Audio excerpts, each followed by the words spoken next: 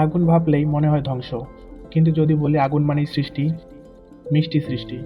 হাজার হাজার হেক্টর আখের খেতে আগুন দেওয়ার কারণেই আপনার সকালের চায়ের কাপে চিনি প্রস্তুত হয়। এটা কি আপনি জানতেন?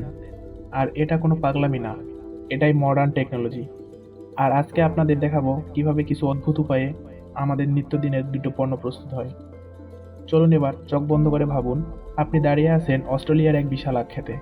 যতদূর চোখ যায় উঁচু উঁচু সবুজ ডাটা, পুরোটা মাঠে যেন সবুজের সাগর। এই আখ কিন্তু শুধু গাছ না, এই গাছই পরে রূপ নেয় আমাদের চিনিতে। মার্চ মাস আসলেই শুরু হয় এই আখ রোপণের উৎসব। তখন বেছে নেওয়া হয় সবচেয়ে স্বাস্থ্যবান শক্ত আখের ডাল। আধুনিক মেশিন দিয়ে সেগুলোকে লাগানো হয় এমন গতিতে 1 মিনিটে প্রায় 200 ডাটা মাটিতে ঢুকে যায়। প্রায় কয়েক সপ্তাহের মধ্যেই লক্ষ লক্ষ ডালপালা মাটি থেকে দাঁড়িয়ে যায়। ভাবছেন পানি কোথা থেকে আসে? আগের মতো ঢালাও পানি না, এখন আধুনিক সেচ ব্যবস্থা, স্মার্ট সেন্সর আর আবহাওয়ার হিসাব মিলিয়ে গাছ যতটুকু পানি চায় ঠিক ততটুকুই পায়। এতে একদিকে পানি বাঁচে, অন্যদিকে গাছও ফিটফাট। কয়েক মাসের যত্নের পর গাছগুলো যখন বড় হয়, তখন শুরু হয় এক অদ্ভুত প্রক্রিয়া। এই কাজটি কিন্তু অনেক দরকারি। আর এই কাজটি হলো খেতে আগুন দেওয়া। শুনতে ভয় লাগলেও এটা আসলে আখ কাটার আগের প্রস্তুতি। শুকনো পাতা, আগাছা ও গাছের পোকামাকড় দূর করার জন্য আগুন জ্বালানো হয়। এতে আখ কাটা সহজ হয়, আবার রসও ভালো বের হয়। আর এই মেশিনগুলো যাতে ফেঁসে না যায়, সেজন্যই এই প্রক্রিয়া সম্পাদন করা হয়। প্রতি মৌসুমে হাজার হাজার হেক্টর আখ খেতে আগুন জ্বালিয়ে দেওয়া হয়। এটা একটা প্রক্রিয়ার অংশ হিসেবেই দেখা হয়। আগুন নিভে গেলে মাঠে নামে বিশাল বিশাল কাটার মেশিন। এই যন্ত্রগুলো এমনভাবে ডিজাইন করা হয় যে প্রতি ঘন্টায় 100 টনেরও বেশি আখ কাটতে পারে। আর শুধু কাটাই না, সঙ্গে সঙ্গে পাতা ঝরে ভালো অংশ আলাদা করে ফেলে আর ট্রাকে তুলে দেয়। সেন্সর দেখে নেয় কখন কাটা সবচেয়ে ভালো হবে, এমনকি কোথায় কতটুকু আছে সবকিছু একদম নিখুঁত হিসাব করেই কাটা হয়। এরপর এই বিশাল ট্রাকগুলো আসে আখ নিতে। এক একটা ট্রাকে ধরে 40 টন পর্যন্ত আখ। দিনে শত শত ট্রাক ভরে চলে যায় চিনি কারখানায়। একে বলা যায় মিষ্টির মহাযাত্রা শুরু। কারখানায় প্রথমে আখগুলোকে ধুয়ে কেটে পিষে রস বের করা হয়। ঘন্টায় 1.5 লাখ লিটার পর্যন্ত রস বের করা হয় এক একটা মেশিন থেকে। তারপর রস ফিল্টার করা হয়, যাতে সব ময়লা ছেঁকে ফেলে শুধু খাঁটি রসটাই থাকে। এরপর এই রস গরম করে ঘন করা হয়। পানি শুকিয়ে গেলে ধীরে ধীরে চিনির দানাগুলো জমে উঠতে শুরু করে। কয়েক ঘন্টার মধ্যেই তৈরি হয় ঝলমলে সাদা চিনি। এরপর সেটা শুকানো হয়, বাছাই করা হয়, আর সবার শেষে প্যাকেটে ভরিয়ে পাঠিয়ে দেওয়া হয় বাজারে।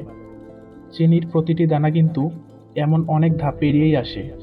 গাছ, আগুনে কাটা, পিষে রস বের করা, গরম করে তৈরি হওয়া, সব মিলিয়ে একদম অলৌকিক।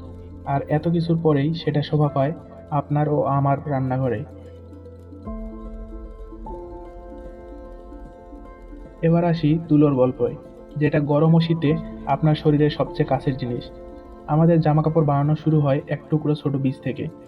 সেই বীজ লাগানোর আগেই মাটিকে বানানো হয় একদম ঝুরঝুরে, পুষ্টিকর ও নরম। তারপর আধুনিক যন্ত্রপাতির সাহায্যে একসঙ্গে 12টি সারি বীজ রোপণ করা হয়। একদিনেই 50 একরের মতো জমি ঢেকে ফেলার মেশিনও চলে এসেছে এখন। প্রতিটা বীজ ঠিক কতটুকু দূরত্বে বসবে, কত গভীরে যাবে, কোন দিকে ফেস করবে, সবকিছুই হিসাব করেই রোপণ করা হয়। এরপর শুরু হয় যত্ন আর পানি দেওয়া। অনেক জায়গায় এখনো হাত পাম্প করেই খাল থেকে পানি এনে গাছের গোড়ায় দেওয়া হয়। এই প্রক্রিয়া একটু ধীর হলেও মাটির গভীরে পানি ঢোকে, গাছ ঠান্ডা থাকে আর তুলোর মান হয় দারুণ।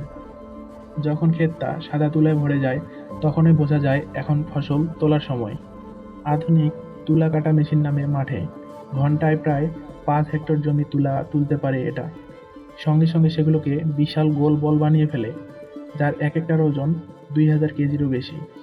এই বিশাল তুলার বলগুলোই পরে পাঠানো হয় কারখানায়। সেখানে প্রথমে একে পরিষ্কার করা হয়, ধুলো, ডালপাতা সবকিছু বাদ দেওয়া হয়। পরিষ্কার তুলা এরপর যায় স্পিনিং মিলে। সেখানেই তুলোর আঁশ টেনে টেনে বানানো হয় চিকন আর মসৃণ সুতো। এক একটা মেশিন দিনে হাজার হাজার মিটার সুতো তৈরি করে। তারপর সেই সুতোগুলোকে পাকানো হয়, একদম শক্ত আর টেকসই সুতা বানানো হয়, যা পরে কাপড় বোনা যায়। জামার রং যাই হোক না কেন, এই সাদা তুলার স্পিনিং থেকেই শুরু হয় সবকিছু। আর অবশেষে এই তুলোর যাত্রার শেষে তৈরি হয় কোমল একটা কাপড়, সোজা চলে যায় আপনার আলমারিতে।